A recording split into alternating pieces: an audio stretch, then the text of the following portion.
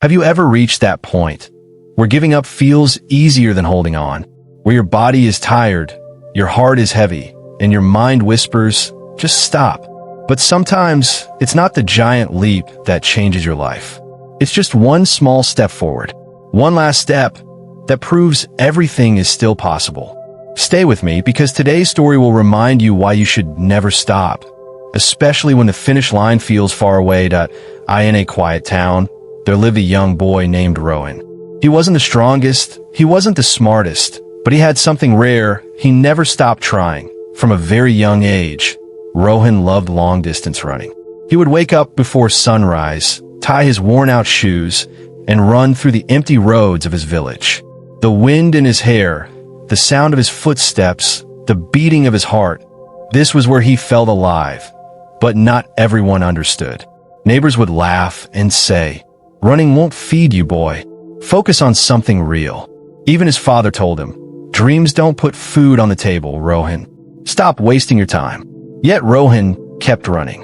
He had only one dream, to compete at the state level, and one day, represent his country. By the time he reached college, he was known as the runner. Coaches saw his potential. He trained harder, pushing his limits every day. And finally, his big moment arrived. He qualified for the state championship race, the race of his life. The morning of the championship was filled with nervous energy. The stadium was loud, the crowd cheering, the competitors lined up with determination in their eyes. Rowan closed his eyes, took a deep breath, and whispered, "One step at a time." The whistle blew. The runners surged forward like arrows. For most of the race, Rowan kept up. His legs moved like fire, his heart pounded, and he could almost see the medal waiting for him at the finish line. But then disaster struck. In the last lap, his foot hit the edge of the track. He stumbled and fell hard onto the ground. Gasps echoed through the stadium. Pain shot through his knee, and as he lay there, the runners passed by him one after another. In that moment, Rowan felt his dream collapsing. The crowd's cheers turned into whispers. Poor boy, it's over for him. He wanted to stay down. He wanted to close his eyes and let it all end. And for a second, he almost did. But then, he remembered something. He remembered the mornings he woke up before dawn. The endless runs in the cold. The blisters on his feet. The sacrifices, the laughter, the doubts, the loneliness. Was all of that just for this? To stop here? To give up? His eyes filled with tears, but his heart whispered, "Get up, Rowan. Just one more step. Don't end your story here." And with shaking legs, he pushed himself off the ground.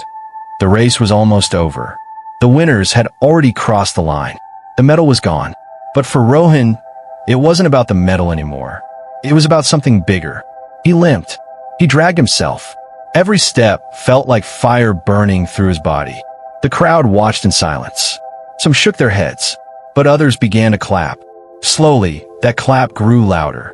People stood up, cheering not for the winners, but for the boy who refused to give up. And finally, with one last painful step, Rowan crossed the finish line. He didn't raise his hands in victory.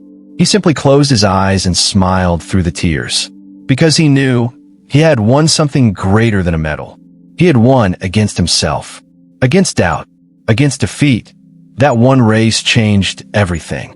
Rowan became known not as the boy who lost, but as the boy who didn't stop. He healed. He trained harder. And with every new race, he carried that moment with him, the memory of the day he stood up when everything told him to stay down. Years later, Rowan did wear the jersey of his country. He ran on bigger tracks under brighter lights. And every time he looked at the crowd, he remembered it all started with one last step. Friends, life is just like that race. You will fall. You will stumble. People will laugh, and voices will whisper, "It's over." But remember this, it's not the fall that defines you. It's a step you take after the fall. Sometimes, your biggest victory won't be the medal. It will be the courage to stand up and move forward, even when no one believes in you. So I ask you today, what if your story isn't over yet? What if your greatest moment is just one step ahead? Don't quit. Don't surrender. Because one last step can change everything.